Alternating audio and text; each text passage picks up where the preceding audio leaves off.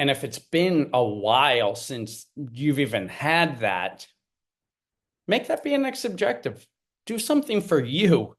Put some value on you. Put some priority on you because we can only give what we have an overflow of. What if I told you that our kids, your kids and my kids, have a superpower that we don't really have anymore, at least to the potential that they have? Well, we do have it to the potential, but we've numbed it, we've dimmed it, we have not listened to it, and we've not exercised it in many years in the way that they do. And it's a potential superpower that can make our kids incredibly successful. It's a superpower that can lead them to a life of tremendous greatness. It's also a potential super villain. It's also a potential kryptonite to work against us as well. What is this superpower? We're going to get into that. But first, if you're new here, welcome. My name is Jesse, and I help empower parents like you with tools, strategies, and support so that they can break those generational cycles so that they don't have to be bonded and bound to those patterns and parenting guilt, and they can break free, release the guilt, and create their new family story. And today we have a Pixar short. I don't know if this one's actually Pixar. I just call them Pixar, but an animated short called Coin Operated. That superpower that I mentioned in the beginning of the lesson, that's imagination. Imagination is a true human superpower that can lead us to the highest heights of success in our lives, of happiness, of fulfillment, of powerful relationships, to give us anything that we want. But it can also work against us because imagination also can bring fear. It can bring limitations. It can bring the questions, what if that happens? What if this happens? What if? But if we look at the other side, what if? Intonation is important. But in today's short, Coin Operated, we're going to do a reaction style video. We're going to look at Coin Operated and see what lessons we can take from this in our parenting journey so that we can feel empowered ourselves and we can also empower our kids. So let's get into it.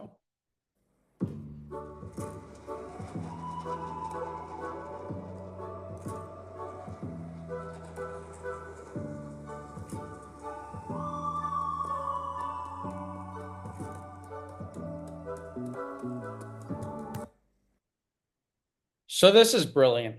Obviously, the creators of something like this understand the power of our imagination, and they understand that kids, as well as us, and what I'm about to share are the things that I've learned, and I embrace imagination. And in by no means is today's lesson intended to shame or blame or guilt or anything. If you are a parent that maybe you don't like having imaginary tea parties. You don't like drinking air and saying it's delicious. You don't like playing with dolls and action figures and pretending like they're getting hurt. You don't like, that's not your thing. Maybe you're super mega professionally minded, or maybe you have so many other things on your mind that you feel like that's a distraction or something, or maybe it's just not your thing. But at the same time, I'd like to offer a different perspective on it. Just for this video, if you can think that imagination, rather than it's a way to play with your kids and like, oh, I have to do it, it's a chore. What if you looked at it like training for yourself? I am a lifelong martial artist, and in jiu-jitsu, we do, well, actually all sports, we do drills, and we do drilling, right? These are where we're put in a specific situation that we may or may not find ourselves in real life, and we have to figure it out. We have to get ourselves out of it. Batting practice in baseball. We have someone throw up a ball and we hit it. That's not realistic, but it's training ourselves in our body mechanics. So what if we had a little perspective shift And rather than looked at the imaginary tea party as we are having tea with the child, because their imagination is taken over. Just like in this boy's example, he is actually in this rocket that he has in his hand right here, right? He is in it. He is in space in his imagination. So we don't have to worry about our children and helping them get in their imagination.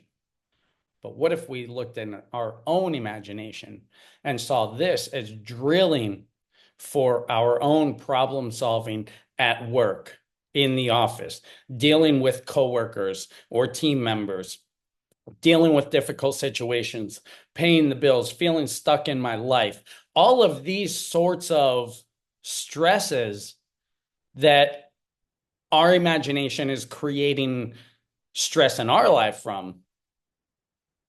What if we looked at this as a way to strengthen our own imagination and control of our own imagination so that we can be more fulfilled human beings? Does that make sense? But this little boy, he is in space right now. And I love the animation here.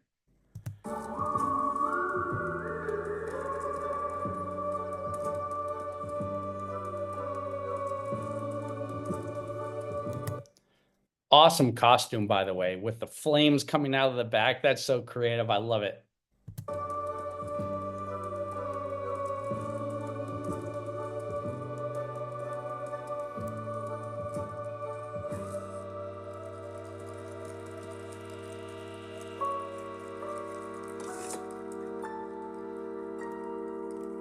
Look at the shine, the glimmer and the shining on the animation. It's incredible. And in his eyes, the brightness in his eyes. God, it's the next level. He was taken from his imagination back into the world to look at a new level, an object that he can get to a new level in his imagination. It's incredible. Here we go.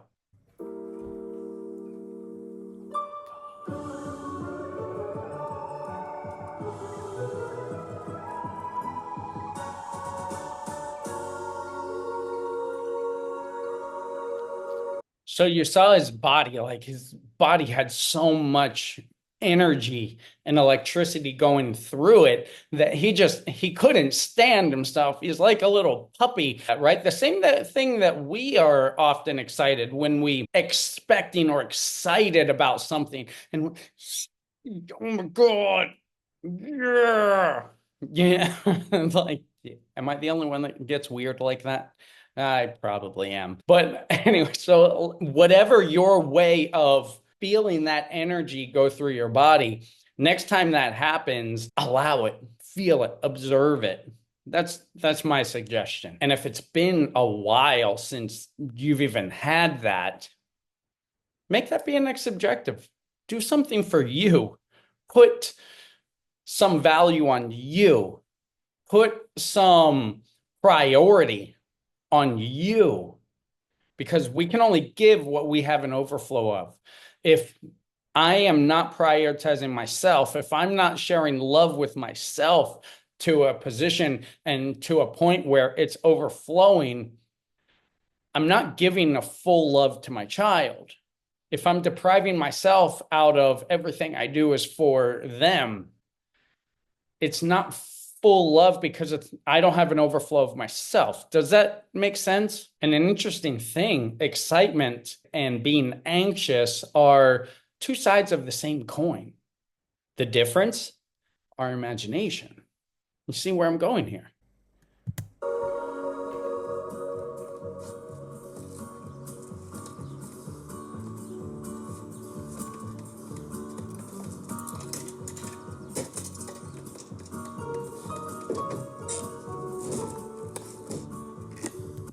There's a big lesson in there that he was able to receive.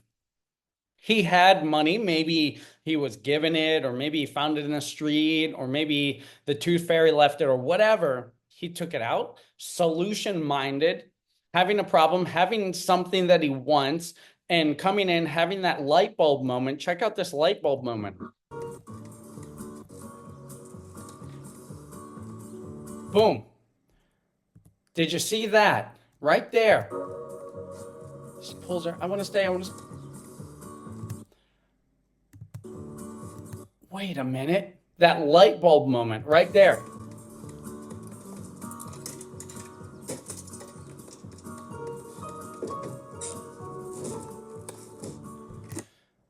So if we allow them, and she allowed him, and a thing that I would add here, if it were me in the real world, is, and I know they couldn't do, get into all details because it's a short, but I would have celebrated him just a little bit. It doesn't have to be overboard and unnatural, but dude, that is a really good idea. You see what you did there? That's a total win.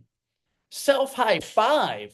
You know what I mean? Something like that, just to cement it in his head that, dude, that's a win. You had saw a problem, you saw what you wanted, you came up with a solution from something that you had. Remember where you got that money? That's the universe, or that's God, or that's whatever, power, whatever, that's your imagination coming to life, right? Encouraging that to build them to be able to connect their solution, connect that they are someone with the means to get what they want.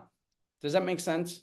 Hey guys, I hope you're enjoying this video. I want to take a quick second to tell you about Apparent Leadership. This is a membership community that I'm creating.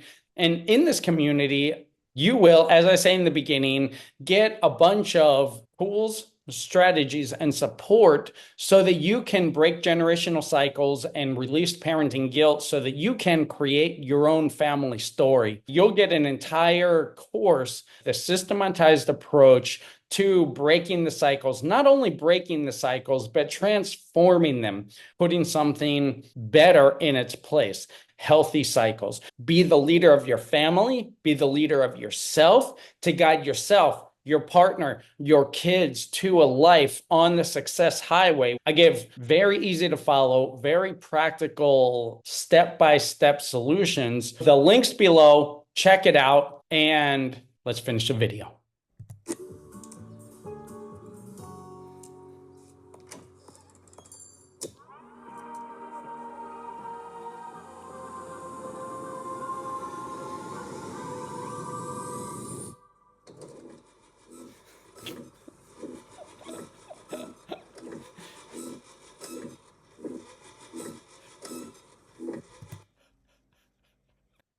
So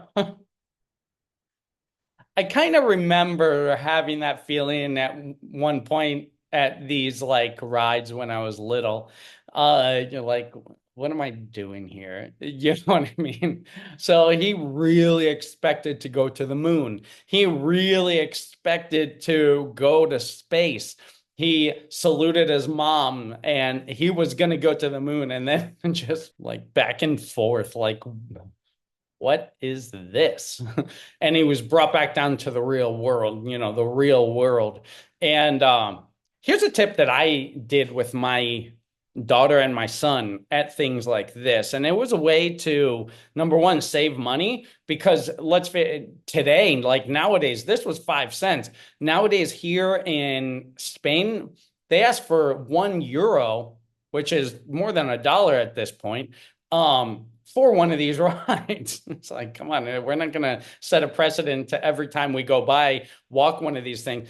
I guess this started when my daughter was about 2 or something, but also you don't want to say no. So what I did when we walked past some of these things, I was like, yeah. And I leaned into her natural imagination. And the fact that she wasn't expecting them to move or anything. She just had her imagination. So putting her on there and being like, wow, look at that. And then letting her, at the time, everything was new. And this is a way to save money and increase the fun. And I'll get into that. So everything was new. Let's say it was a unicorn, right? She got to feel the ears, feel the horn, like touch the face, the neck, the hair, explore all of the artwork that's on these machines, and use her imagination to to ride if it were a horse. So that was one level of fun. But then as we walked by another time and another time, until that kind of got boring. And then one day you'd be like, hey, you know what? Watch this. Here, take this coin, put it in there. And then it would start moving. So that increased the level. That took the fun level to another stage, another step, right? So what it did, rather than just kind of like blowing your wad on the first go around. By the way, blowing your wad is a gambling term. Get your mind out of the gutter. You don't want to be the cheap parent. Oh, what will everyone think of me? Oh my God, I don't want to be the cheap one. I don't want everyone to know that I don't have money or whatever goes on inside people's minds. But rather than lean into it and say, change your perspective. I am saving money, but that's a side issue. I am helping my daughter or my son or my kids have different levels of fun with the same thing that we walk by every day or every Christmas time it's put out here or whatever. So I am providing them more levels of fun. And I'm not just like, oh, good, here's a resentful coin to put in there because I know that this thing is a waste of time and money. No, we can turn it into a tool to strengthen their imagination and then watch them use their imagination and learn for myself. And that was a trick that worked for me.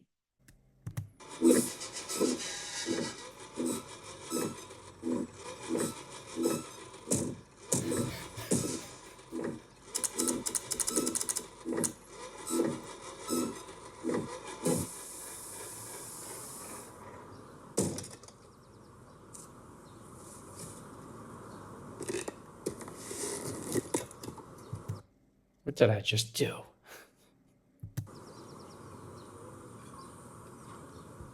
I'm going to get there.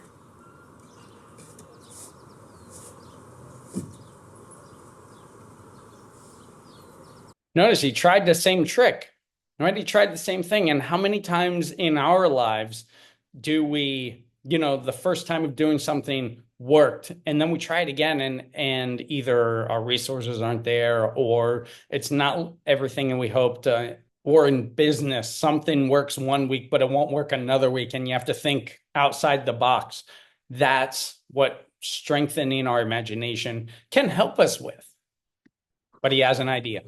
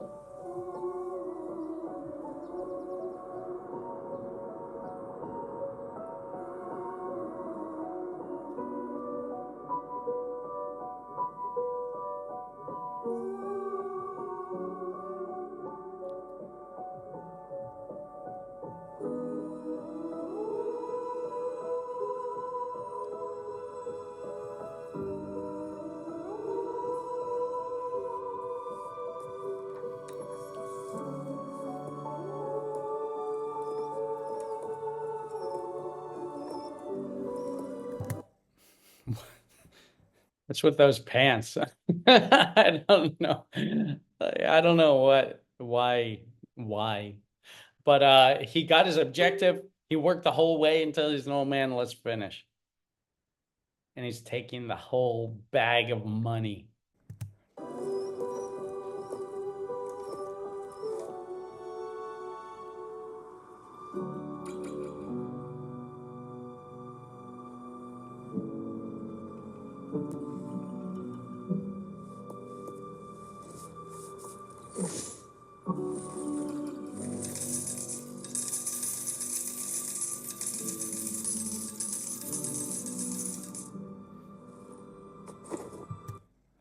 Cool shot.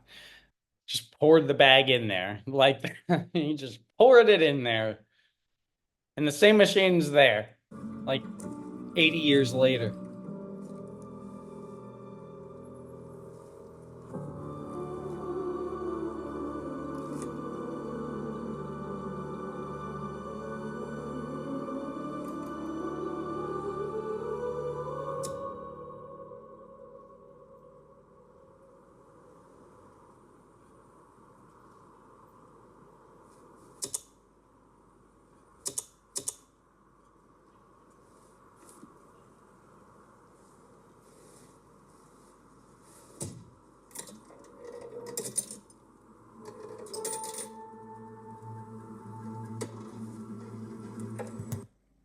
How many times have we been somewhere where we build our expectations and we build our hope and we build up like something's gonna work? This is gonna work, whether we've invested in ourselves or we've invested in a program or we had an idea. We're certain this is gonna work.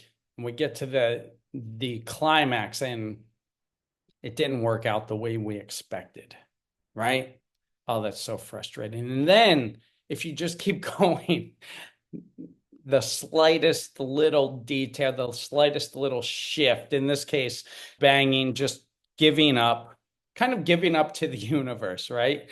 Giving up to life, kind of submitting almost to the universe, submitting to your imagination, submitting to, well, I take control out of my own hands. And that can drop that last coin into there. And then look what happens. Something's happening. Something's happening. Let's see.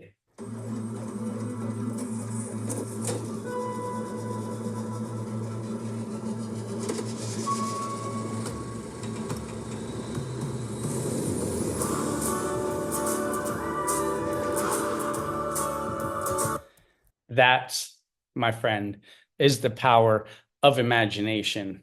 That whole story was created from the child's imagination. After the machine was a letdown, we kind of think that the answer is in, my life has to be right for this to happen, or my life has to be right to take this step. And we kind of lose sight of our objective of what we want. He didn't want to ride on the thing that went back and forth. He wanted to go to space. If I can get biblical with you, in Hebrews chapter 11 talks about faith. Faith is the substance of things hoped for and the evidence of things unseen. If that's not imagination, then I don't know what is. We talk about faith as in like a religious thing, like faith in God, what about faith in yourself? What about faith in your vision? What about faith in the possibility to get what you want? What about that faith? The substance of things hoped for, the evidence of things unseen. He wanted to go to space. He wanted to go to the moon. He tried the earthly way, and that wasn't it. He went into his imagination. He thought about what it would take. It would take years and decades of working to get like a whole pile of coins to pour it in. Because if one coin just did this, imagine what a million would do. Sure, a child's imagination. But a child's imagination, the imagination of a child. So what if we took that and used the imaginary tea party where you're drinking air? And what if you used it as a drill, as training to build your imagination? And what if you, after the imaginary tea party, you looked at yourself and you observed in yourself what happened? And then what if you compounded that into looking at whatever problem you're facing in your life right now, whether it is an issue at work that needs to be solved, whether it is solving something in your business, whether it is, managing to pay the bills. What if it's like some sort of issue with your child not listening or doing this or that? And what if strengthening your imagination and using drills with your imagination can help you come outside of the box as you solve that? Faith is the substance of things hoped for, the evidence of things unseen. And this is kind of a lesson to me. And I thank you for being here until now. If you're here till now, then I appreciate you. I appreciate you even if you left before now. But I appreciate if you are here till now, then write something, a takeaway that you got below, and how you can use imagination to make your life situation a little better. Make your life situation one level above, one layer above where it currently is.